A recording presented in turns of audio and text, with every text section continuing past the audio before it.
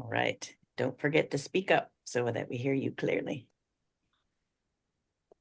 Okay, so how about somebody doing an opening prayer? Who would like to do an opening prayer? I can do it. Go ahead.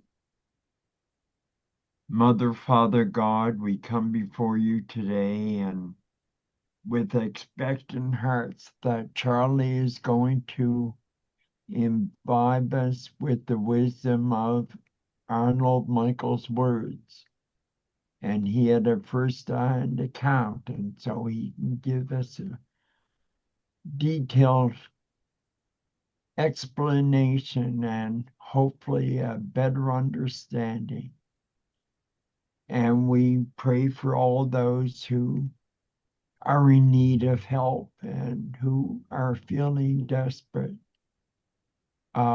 We pray for all those that have fallen to illness and death over the last years, that their families may be comforted.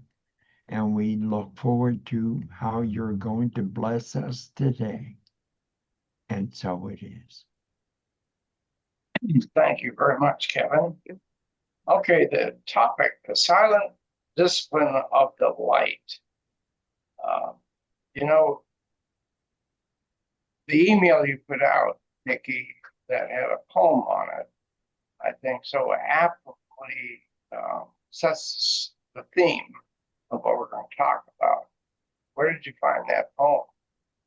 It was my intelligent prompting of an AI bot. I put in the names of the chapters and then I said, give it a spiritual slant. And here are some little details that I knew about the book. And it just came up with that. I thought it was good. Yeah, we ought to read that. Um, but anyway, when I looked, the beginning of this came about because Kay Michael, after her husband passed, she and I had quite a relationship where we both became priests and bishops in the same community that Arnold had been previously recognized. And then I made it my passion to make sure that Arnold's books stayed in print.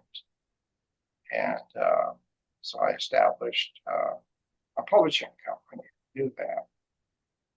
And little did I know about the silent discipline of delight is Arnold's wife, Catherine, told me about it. She said, this needs to be as well put in print. So that's what I did. Now, when you look at the word, the silent discipline of the light, when you get into discipline of delight, what does that mean? What does that mean to any of you? The discipline of delight.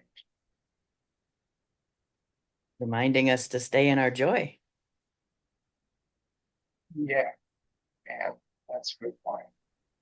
But also saying it requires what? Discipline or work. Yeah, discipline. You got to work at it. It's just a natural happening that there's a way of bringing about the joy that's already in us. And when you look at the word delight, you know, say something, oh, that's delightful. And it's wonderful. It's beautiful. But delight means of the light. So we're finding the light of joy within us, which resides in light. So anyway, here's what I had to say about Kay in the opening of the book. This book is revised and published as one of Emily K. Michael's, who many of us affectionately call Kay, last request. Kay was an extraordinary woman who knew the value of her husband's work and assisted him in many ways.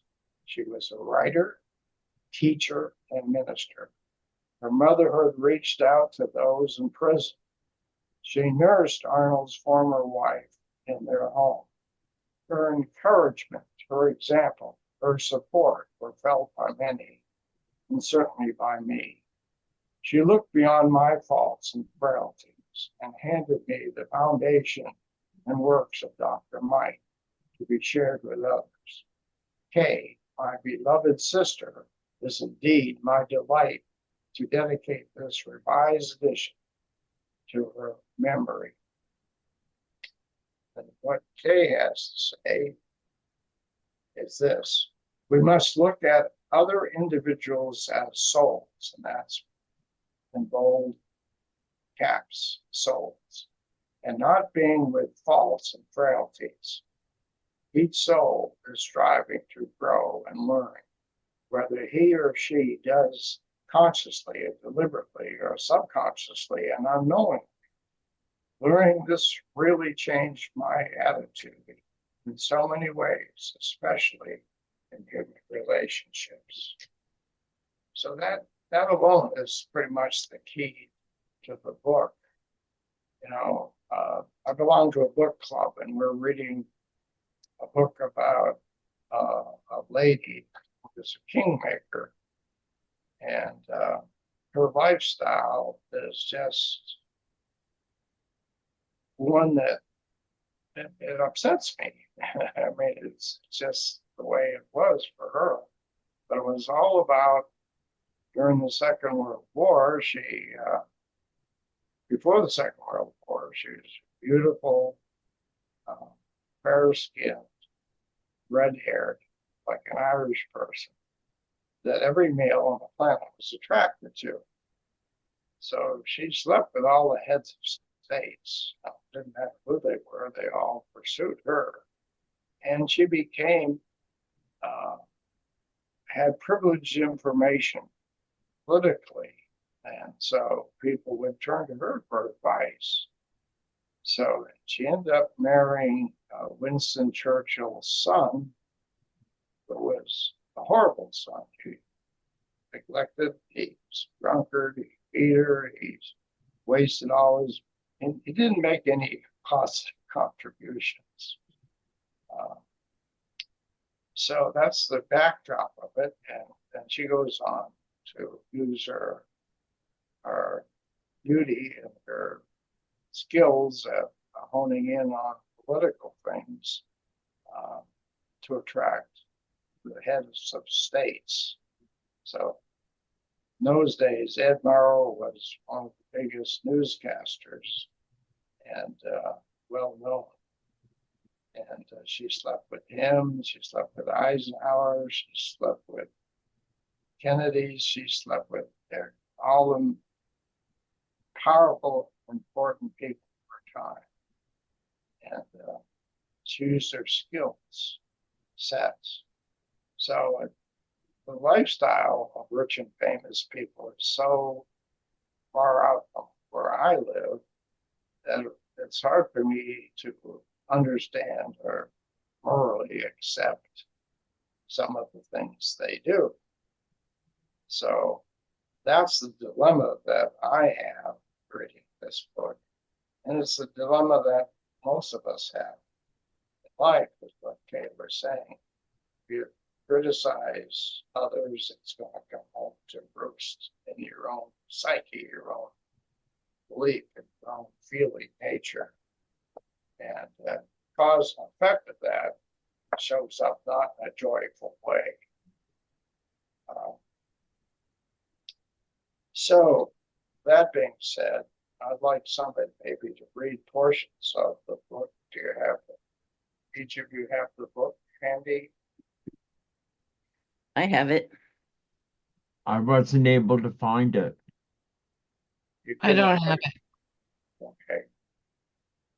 Well, yeah, there's not many issues out there, and I don't know if you can get anywhere.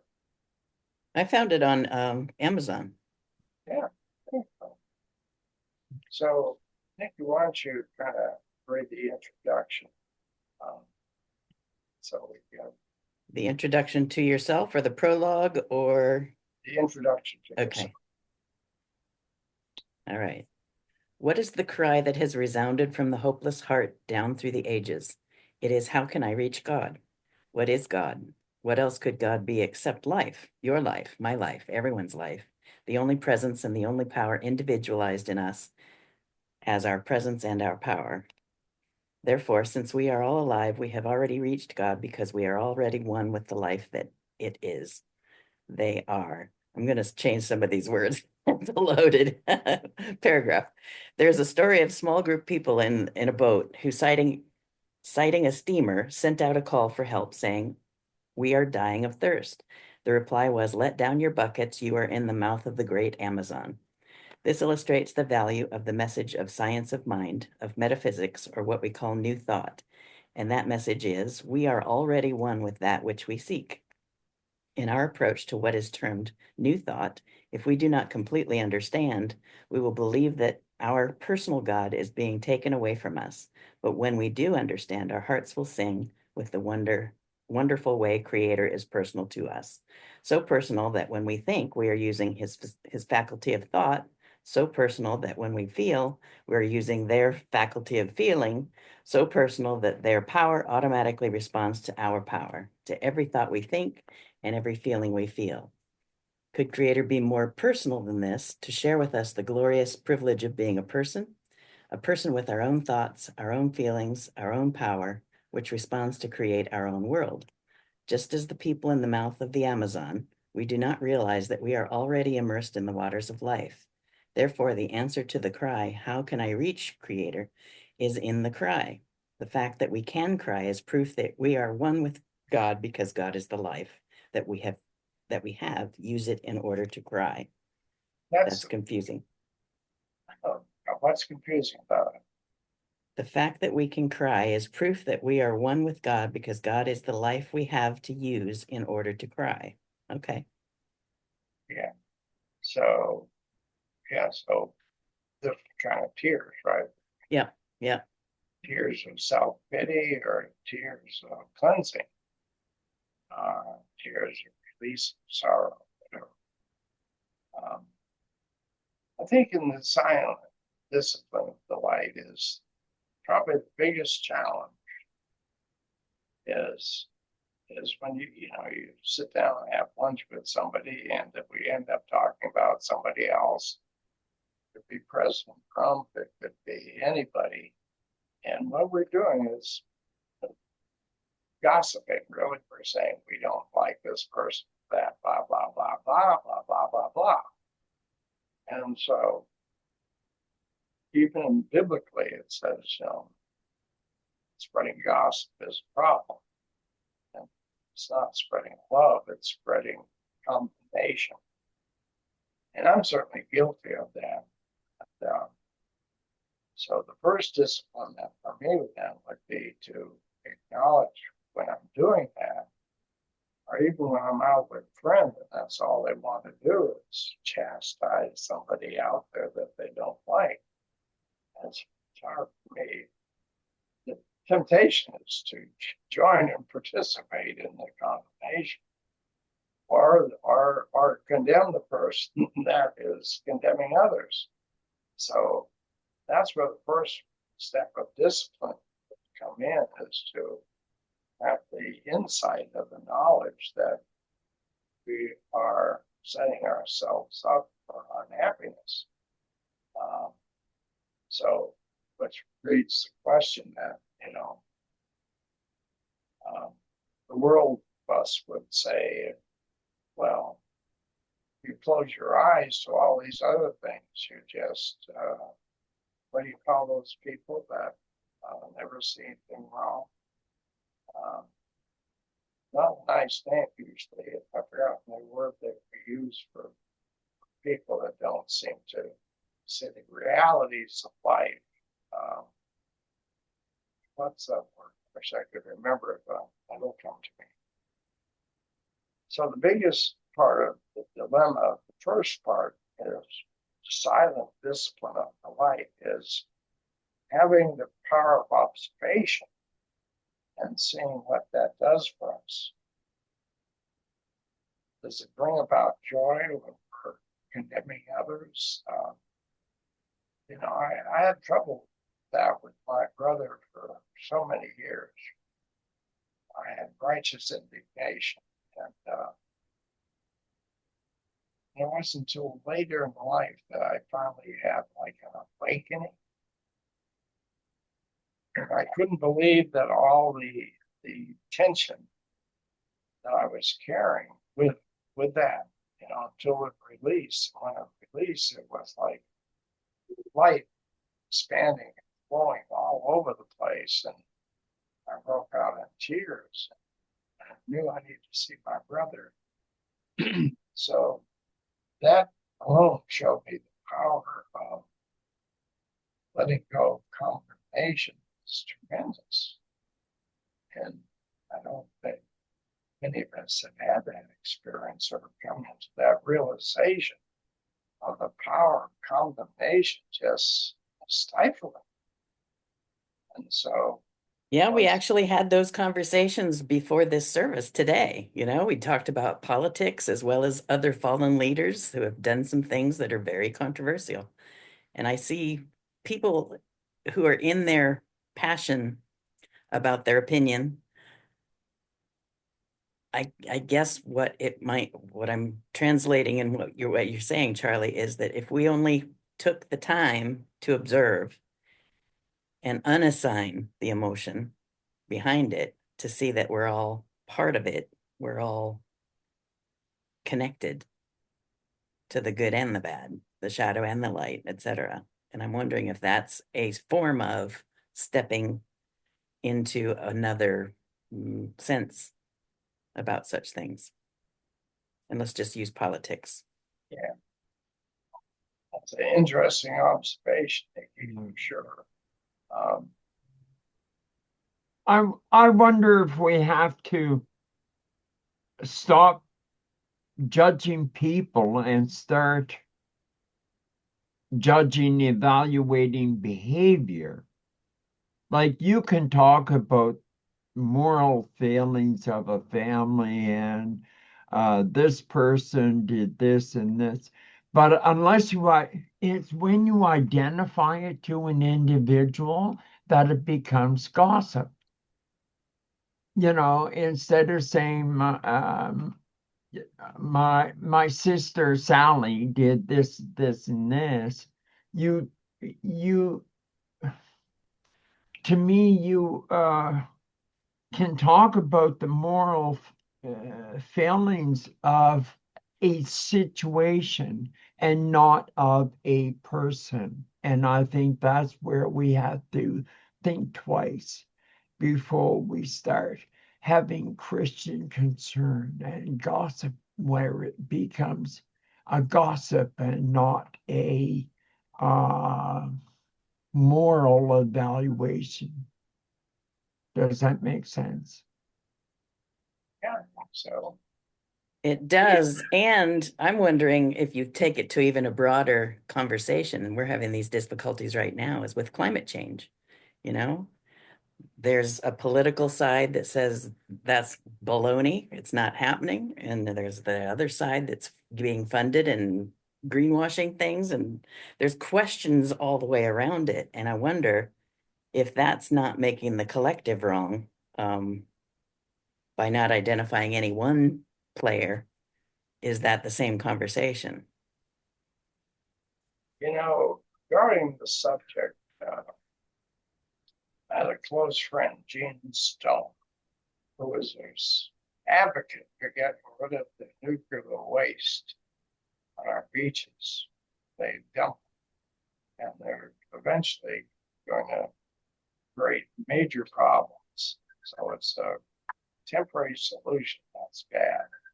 So he fought that tooth and nail. But I went to like a meeting with him, uh, meeting with the electrical utility people, and they had like 25 people against one individual that was opposing what they were doing. And I watched him, and what he did, he was not judging them at all. He was just stating his case. That was marvelous because if he was judging them, that certainly gets in the way of this message being received. So that was a marvelous example. And an example of like I'm sharing with my brother, because it was like a seminar that sprung forth my ability to let go of my judging my brother. Afterwards, I thought, oh, now that I don't judge my brother anymore, I want to sponsor him so he can join the same thing that helped me. But guess what? I'm judging my brother. He's not good enough the way he is. So I fell back into the old patterns. So the old patterns are really difficult to break. And I think if we see the value of doing that, then we begin to discipline ourselves in a way that we don't do it anymore. It's like, we see ourselves as spiritual teachers, spiritual leaders, but if we feel we have to, through righteous indignation, it's just deadening. It's deadening. So at some point, to find the joy within ourselves, we need to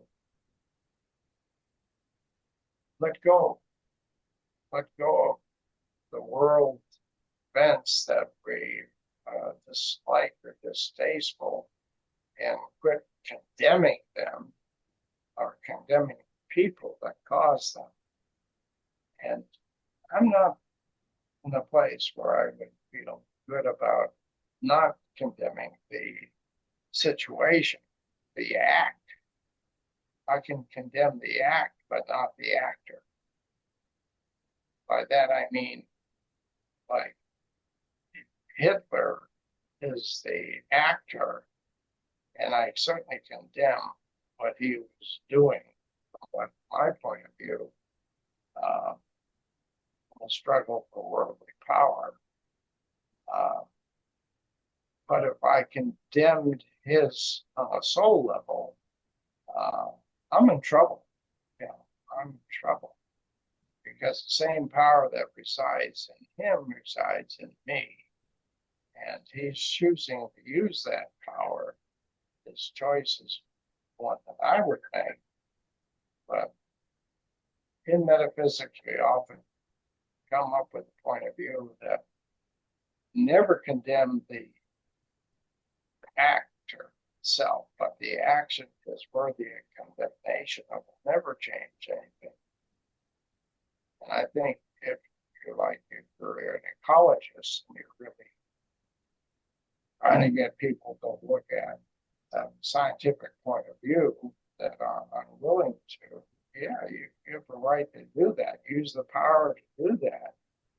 But if we condemn people that are not in our frame of mind, don't see the scientific value of it, then it's a problem for us. So, B, do you have any input on this?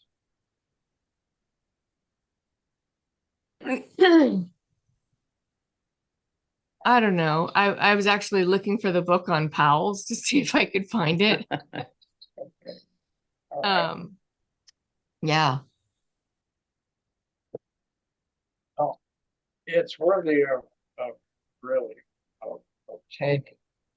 It's very condensed. It's easy to read, but requires a practice. So, in fact, the first 9 pages of it is mostly what Arnold wrote about with the spin of life. But then the rest of the book is a prologue that I wrote about what my understanding was of it. Then there were people on the back side of the book, that people I knew, that I asked to read the book and give their opinion of it, like the head of the School of Ministry, the Unity Church. She gave her opinion. Told Christie, was who led the women along the lines of races that came under what's her face. I remember these days. You know, Jesus Magdalene process. She led the priests on that. She gave her a Meg. Your voice is dropping out, Charlie. Okay. All right. Well, anyway, there was some. Here's what I had to say about part of it here.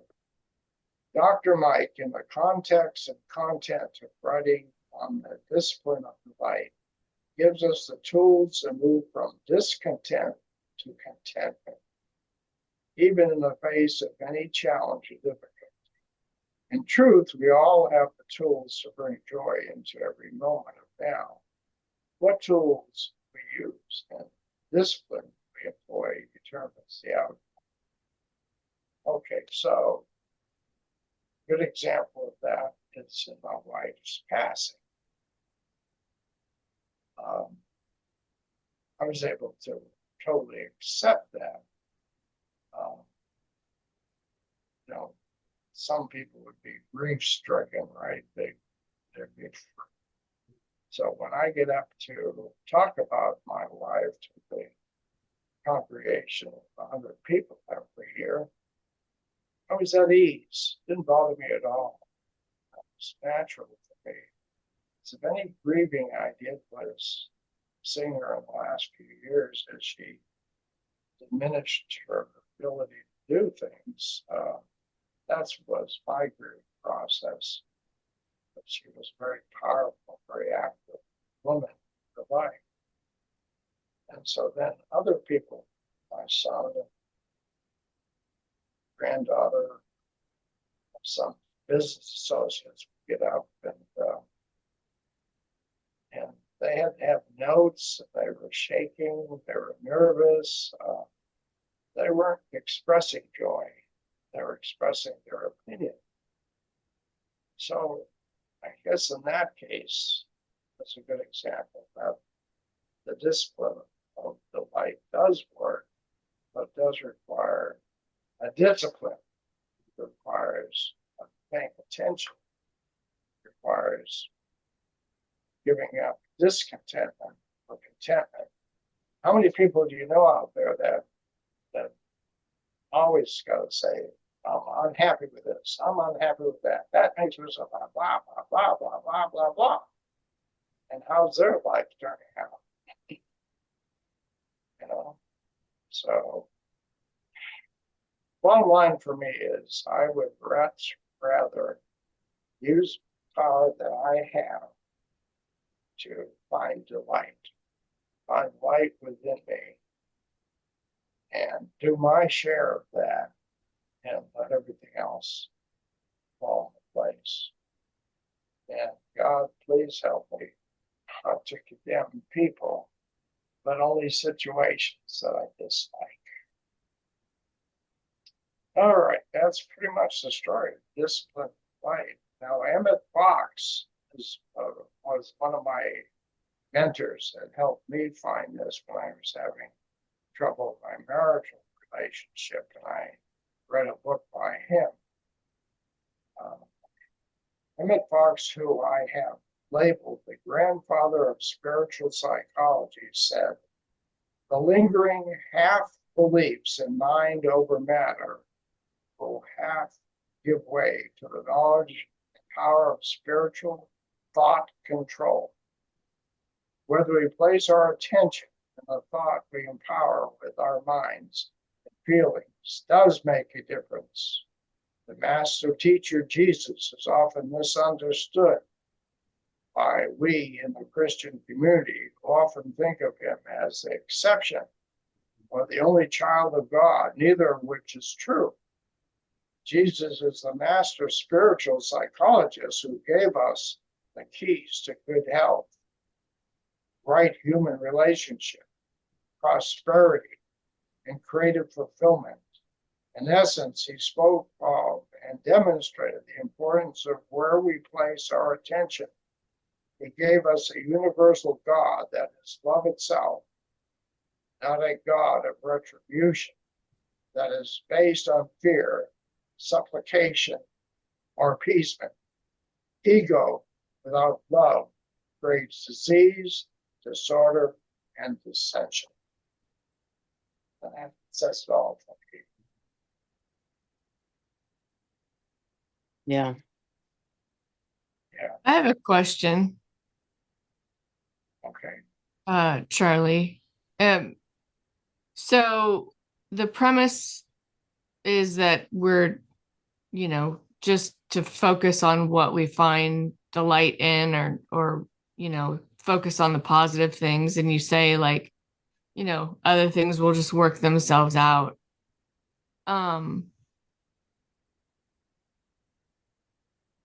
Do you find that to be true? Like, you don't have to focus on things that have been traumatic, uh, or uh, unpleasant, or challenging, at all? Or do you ever like face those things head on and like talk about them so you can deal with them and get through them? Or what's the, I don't know. Yeah, that's a good question. A lot of people misunderstand what it means to be positive, thinking positively. You could say, so, well, I'm positive he's an asshole, right? I'm positive about that. That's not the positive power of thinking. That's a misuse of our power. So one of the examples I've given before that touched me deeply was in New Zealand. I was counseling a young lady who who was trying to get pregnant, and she was like 22, 23. And so I knew to ask the question, have you been raped? And she said, yes. And she said, well, I'm married now and I've been trying to have a child. And I aborted 2 or 3 children already. And I said, as long as you have the frame of mind that you hate the rapist, if that's your interest, you're hating the rapist, guess what? You become the rapist. Whoa, whoa, whoa, whoa, whoa. How What? how does that come about? Because the rapist is an act of hate. It's an act of hate. It's not an act of love. Raping is an act of hate. And so when you hate the rapist, guess what? Hate is hate. So you become hateful like the rapist. And so you You don't become the rapist. Like, you don't just become a rapist because you hate someone who's raped somebody. Like, I just can't. I don't think it's the noun that we're focused on. We're focusing on the sense of hate.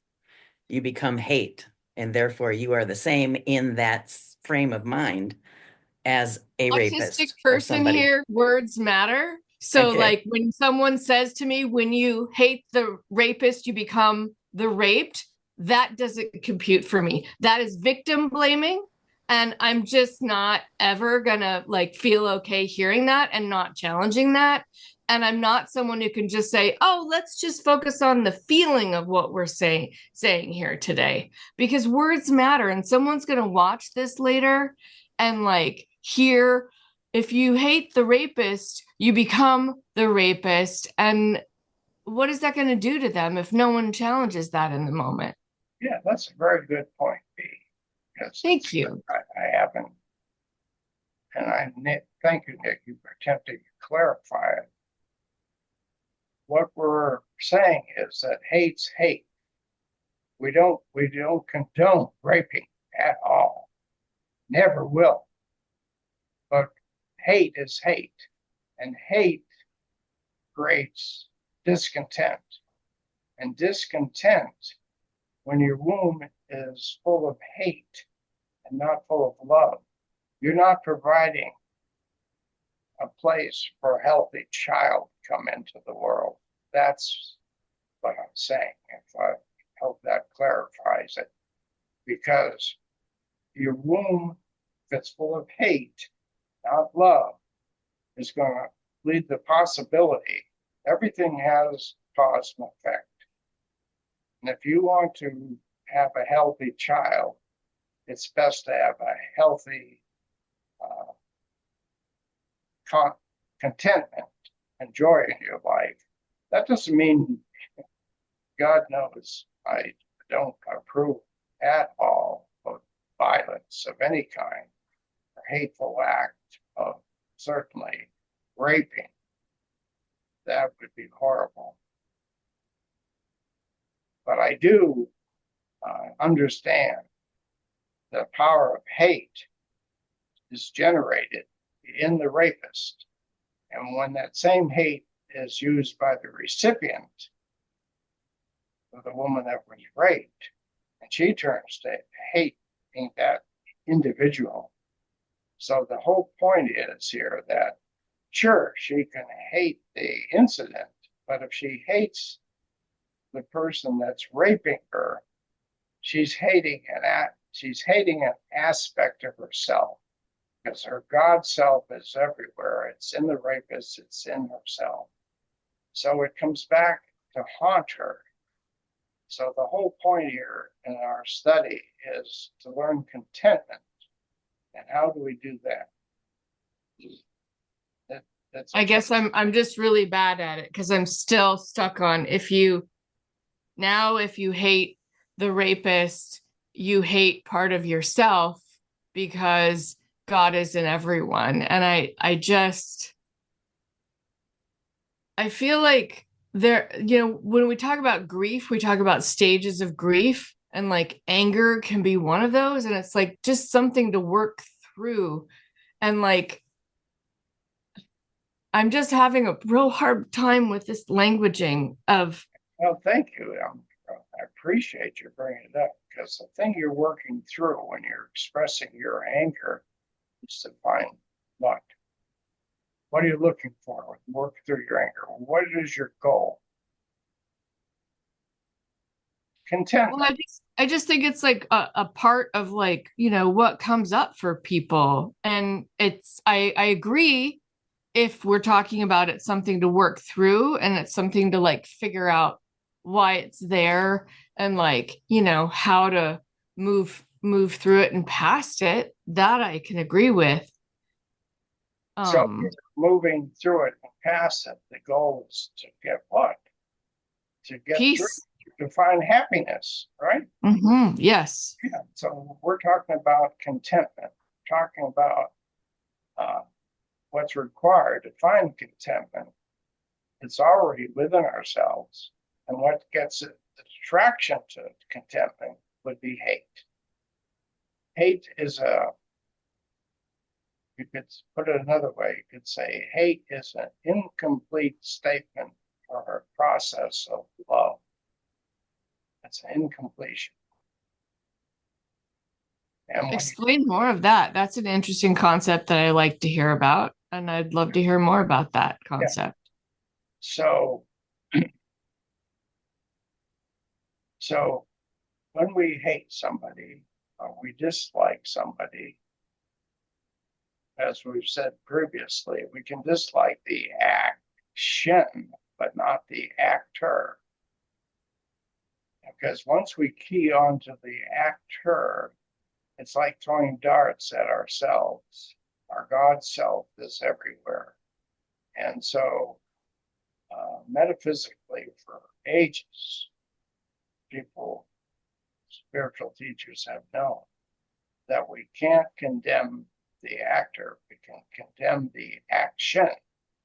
And then that helps us arrive at giving up the incomplete statement of love. Because bottom line is we're here to learn how to love one another. And if we do that, guess what? We find contentment within ourselves. So then we find love within ourselves. So it always exists But what gets in the way of it is our mental attitude. Does that make sense? That does make sense. I mean, I have a, you know, kind of a credo that I try and live by, where I try and um understand that everyone's doing their best, and sometimes their best is crappy or horrible even. And why did they do the things that they did, that were not good? um and so I can understand and connect with it in that way. Like when we can find a nugget of compassion for someone who's done even a really, hateful, awful thing, like rape, you know, uh, it helps us to find peace within ourselves. I think where I had such a strong reaction earlier is that when we say a simple sentence like, if you um, hate someone else, then you're hating yourself. Or if you hate the rapist, you become the rapist. It bypasses a lot of stuff that we need to understand that statement. So maybe that statement is coming from someone who's worked through a bunch of these steps and is uh like consolidated it in their mind. And I think that when we're trying to help someone heal, it's really helpful to take more than just one sentence to say all that, I guess. You're Does that make sense? absolutely right. You're absolutely right. I tend to, I've worked through a lot of stuff and I've come to a conclusion, and I don't often get to the steps. And the silent discipline of life is giving us the steps of how to proceed to change our lives. The basically, we're working on ourselves, and we're always on. And I'm not sure how we can change others. The best way to change others is to change ourselves. If others see the change in us, if others see that we are living our life of more contentment, and we're able to sleep at nights, and we're not having rashes all over our body, then they might inquire as to why is your life, why are you more content in your life than I am in mine? And so silent discipline of the light does give us a recipe for the different stages of what's required. And what I've discovered is we can't condemn the actor. We can condemn the action. It's like when we're condemning the actor, we're condemning life for the way it is and the way it's not. Should I condemn a tree out there because it's not pleasing to me? Or should I condemn a dog or a duck or an animal because they're not doing what I would expect of them? I'll be condemning life itself. So the choice then becomes to choose not to condemn the individual or the animal or whatever the situation is, but condemn the action. I would never, ever condone violence, yet I can be violent. So, but there's always a choice. There's a cause and effect relationship. And when that was thrown up against me in another situation where righteous indignation, when I found out my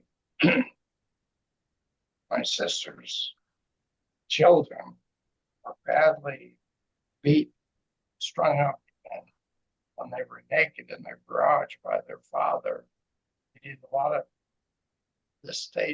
dastardly things. When I found that out, I was full of righteous indignation. I give myself permission to kill him. Yet I was going through this practitioner training where I was trying to learn the silent discipline of delight. And I met that on the field of rivalry in my own mind. So I wouldn't, when I found out what he had done in my sister and taken her children and moved away, or he didn't know where they could find them, he kept calling me, calling me. He was desperate for help. He wanted to find his family. Now, I didn't want to talk to him until I could be more of a right mind. So I agreed to meet with him a couple of days later. He came into my insurance office after hours, and he walked in and he was depressed. You could see a very depressed person. He's told me his share of the story. I listened and listened and listened to the point where I could get up and I could hug him. When I hugged him, there's a transformation of the light within me that went into him immediately, and his depression somewhat lifted. I didn't condone what he did to his children, not at all. But I had to find that within me that would look past the action to the actor and realize he's a child of God. He's a child of creation. He's just like me in that regard. And if I condemn him, what good am I? And what am I doing? Did it stop the abuse? Yeah. He eventually found his kids, and they worked through a lot of their grief and suffering and shared their pain and sorrow.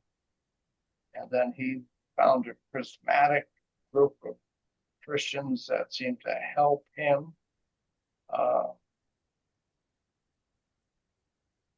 But my loving, charming, beautiful wife didn't want anything to do with him.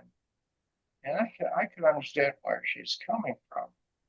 Now, I didn't, but it's really hard to get the difference between condoning and condemning. I don't condone any action done that's horrible, no matter who's doing it. Yeah. But if I condemn the individual, when I eventually, with my brother, I eventually sat down and understood his journey. He explained to me why he did what he did and how he was married 5 times, blah, blah, and how he got the ex-girlfriend, his wife's girlfriend pregnant, so on. It was very distasteful to me in how he lived his life.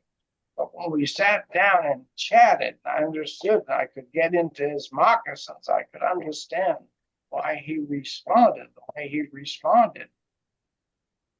And it isn't like it was like it's cause and effect relationship.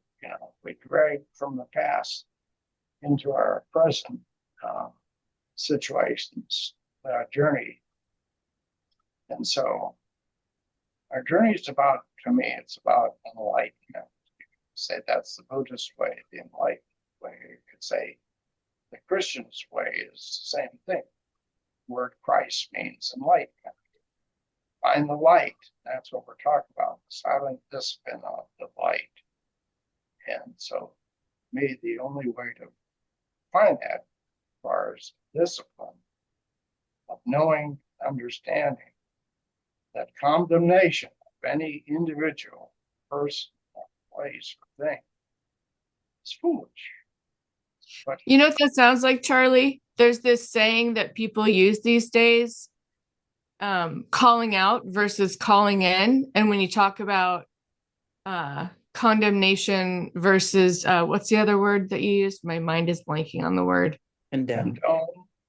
Condemning. condemn, Condone. Yeah, it sounds like those words kind of match the phrase that people use. Like calling out is like an angry, like, you're wrong, what you've done is horrible, and like, lashing out. And a calling in is like, hey, you know, we need to address this.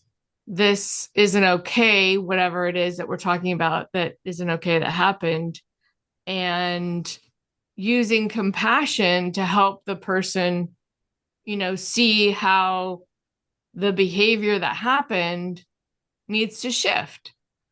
And when we do calling in, we can actually more often help shift behavior. And like that's been proven by studies, like when we talk about, politics in the world, like how do we get our families that have, gone off the rails in a political way that we don't feel okay with, like, bashing gay people, or, saying that people are just wrong because they don't believe the same thing that we believe or whatever. That when I don't know, you catch more flies with honey than vinegar, it's like another way to say it. Does that make sense? yeah, use the word what catching or what Calling. what was the word? Calling in Calling and out calling out. versus calling in. Calling out. What I got by that was really you're calling in your compassion. You're finding compassion within yourself. It isn't about calling out somebody else to be compassionate, is you're calling in your ability for compassion, and that will always help any situation. But if we think we're going to call in compassion for somebody else, that's not going to work. It's the only thing ultimately we can change is ourselves. But in doing so, if we can find the compassion within ourselves, that does seem to help the situation, any situation we're in. It certainly helps us. So anyway, Pete, thank you very much for your questions, because my answers oftentimes too. No, it's been great. I've really appreciated your answers, and it's helped clarify things. And thanks for, being okay with those questions, because I know, like, I'm not, sometimes I bring up tough questions, and I appreciate your graciousness in dealing with, tough questions about this topic, because they're important. This is an important topic, Charlie. It really is. We do want to strive to have joy in our lives, and peace in our lives. And I think that's kind of what's behind, the delight in Yeah. the title of this sermon today. I find compassion in your words. I'm feeling like compassion. Is it your compassion or my compassion I'm feeling? Both. Yeah, there's only one compassion, right? Yeah.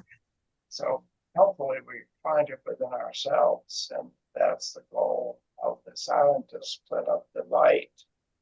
And I think it's a marvelous little short book if anyone wants to take the time to read it, and it reminds us what's required of us to find the delight even in the midst of chaos.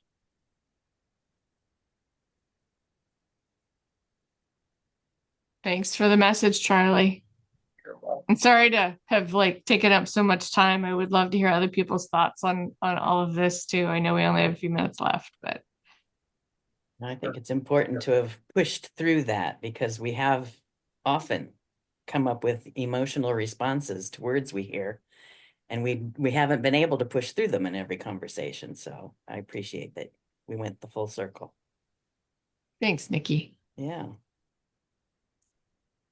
How are you doing, Caitlin? I love seeing the kitty energy in your lap. I'm good. That was thank you. That was nice to not nice. That was helpful to watch that process for Charlie and B. Yeah. So thank you both for having the openness to process that together. Because I could see where that would be a trigger. And then the thing that came up for me was, wow, I got Charlie right away what he was saying based on Nikki's version of it. And I was struck by two things. One, how blessed I am that I've not been violated with violence, to have that experience, to have known, to have even had that insight be that you had where you came from. And I could see how easily a person who has been violated or experienced violence of any type would have had a problem processing the way that it was messaged initially. So thank you for bringing that up. I think it's important. Thank you. Yeah, I have been raped, and like it was okay for me to hate that person for a while because it's part of a teenager's response, like I shouldn't like that happened, you know. So